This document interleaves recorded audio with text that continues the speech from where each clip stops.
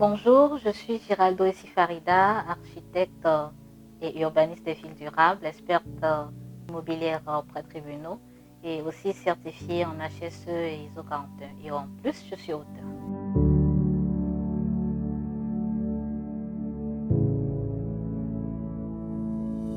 Mon rapport avec l'environnement, en tout cas tous les êtres humains ont un rapport avec l'environnement et moi particulièrement, je, je suis une passionnée de l'environnement, je suis une activiste de l'environnement et pour moi c'est très important parce que c'est le milieu où nous vivons et toutes les actions que je fais généralement, surtout dans mon travail, c'est en faveur de l'environnement, que ce soit coacher les jeunes, que ce soit écrire et pour moi l'environnement est le milieu que l'on doit protéger, dont on doit prendre soin parce que c'est le milieu où nous vivons et cela conditionne aussi notre mental, mais aussi notre bien-être.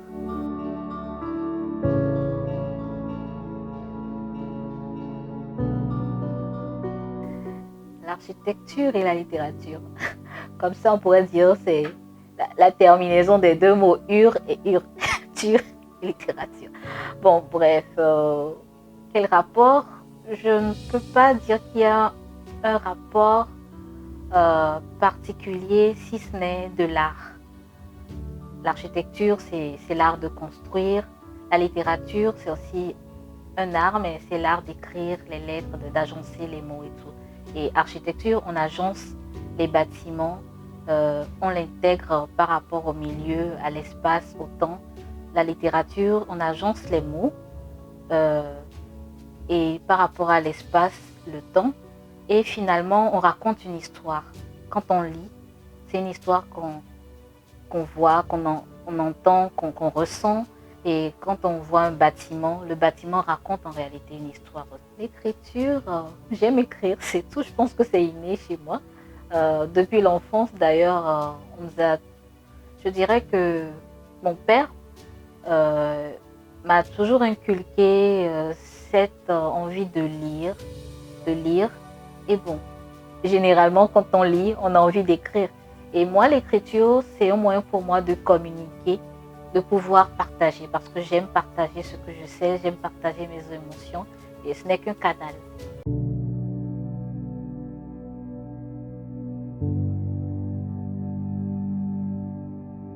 C'est sûrement parce que j'ai du talent. Bon, en tout cas, je pense que, comment je peux l'expliquer? Il a dû voir, déceler dans mon style certaines choses qui sont quand même particulières, qui sont, euh, je ne sais pas le mot adéquat, mais il a dû sûrement voir que dans mon écriture, il y a un message, il y a un style, il y a une particularité qui devrait toucher ceux qui seraient en train de lire.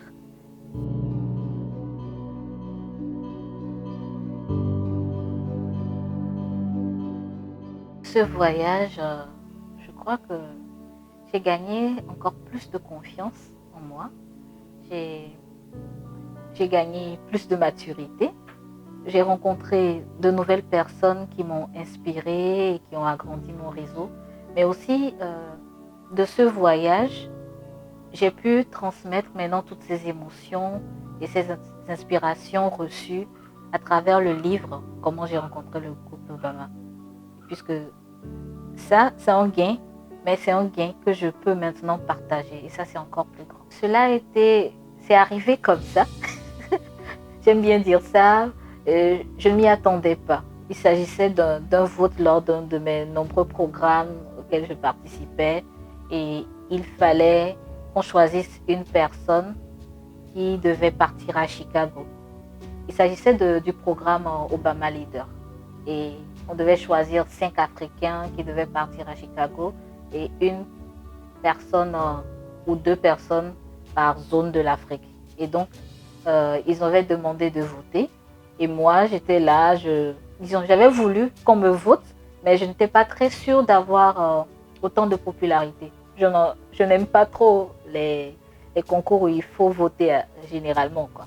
Mais bon, il y avait une amie qui a demandé que je vote pour elle, qu'elle votera pour moi. J'ai dit, bon, ok, je vais le faire, mais ce n'est pas du tout Elle n'avait pas besoin de voter pour moi.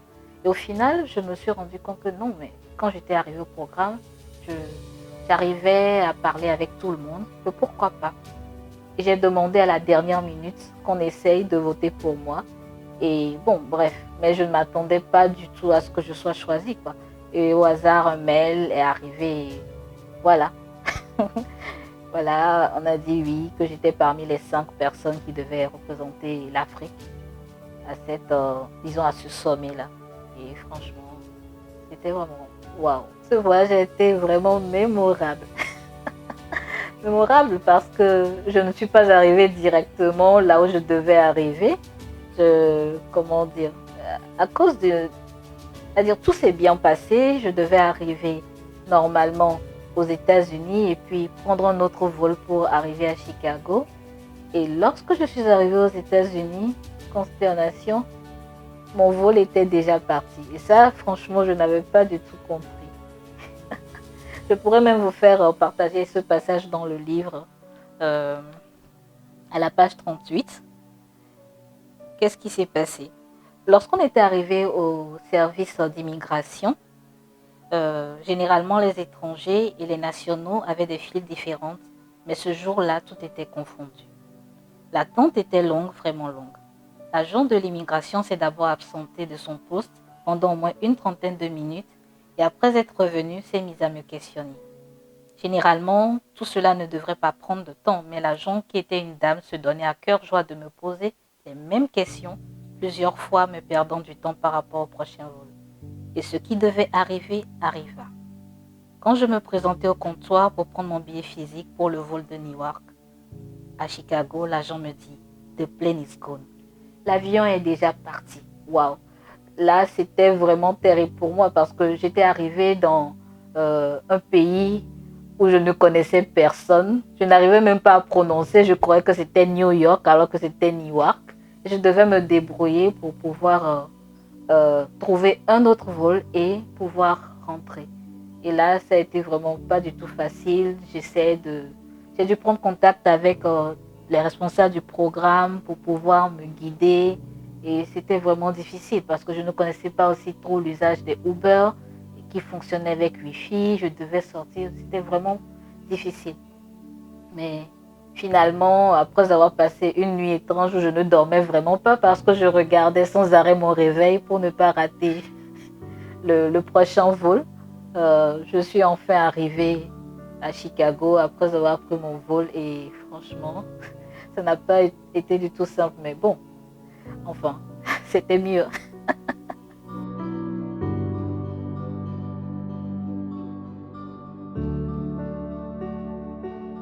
C'est-à-dire, si je la décris, je ne sais pas si vous pourrez autant sentir ou vivre l'émotion.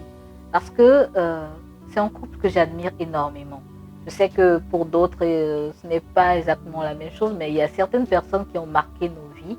Et moi, par exemple, c'est ce couple qui a fait ou initié la plupart des programmes que j'ai suivis et qui m'ont permis de m'améliorer, de me développer sur le plan professionnel et personnel. Et les rencontrer, c'était vraiment waouh. J'avais la chair de poule et on se demandait si c'était des êtres humains qui passaient. Mais bon, c'est vrai, hein? Ils étaient impressionnants et quand ils marchaient côte à côte, il y avait une aura qui se dégageait, une certaine confiance et on avait tout juste envie de leur ressembler. Et j'avoue que ce jour-là, je souriais de façon béate et tout, un peu comme une idiote. Et en me retournant, j'avais vu que je n'étais pas la seule. Tout le monde était admiratif. Et aussi, j'ai eu l'opportunité d'échanger avec eux. On a pris une photo ensemble et tout. Et franchement, c'était vraiment bien.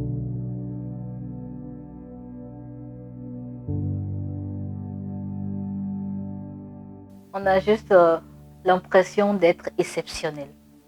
Et on se sent exceptionnel, on se sent vraiment unique comme des élus. Et ce qu'on comprend, ce sont des êtres humains comme nous, mais qui ont eu un parcours assez particulier. Et franchement, cela m'a beaucoup touchée parce que je me suis rendu compte une fois de plus que je pouvais être eux si je défendais mes valeurs, si j'avais la même vision de pouvoir contribuer à l'humanité, si j'avais la même vision de contribuer à ma communauté. Parce que ce sont des êtres humains, mais qui ont décidé, qui ont fait le choix d'être de bons leaders. Je n'aurais pas un seul conseil. J'avoue que c'est comme ça que j'ai constitué le livre. À certains endroits, on pourra lire des petits passages où on donne des conseils suivant les étapes de la vie. Par exemple, l'Internet qui n'est pas forcément mauvais, peut-être qu'il est mal regardé, mais ça dépend de l'usage qu'on fait. Savoir parfois l'importance du networking, l'importance de pouvoir retourner à ses sources pour comprendre la raison du choix d'un projet ou d'une action, d'une activité. Et en tout cas, il y a plusieurs conseils qui pourraient ressortir de ce livre aussi. Mais le plus grand qui chapeaute le tout, c'est que je bats le plafond de verre n'existe pas. Et continue par te battre, continue par essayer de contribuer à ta communauté parce que, en fait, tu as l'impression qu'on ne te regarde pas, mais en réalité, il y a quelqu'un qui te voit et à partir d'un moment, la cloche sonnera et ton moment viendra pour pouvoir changer.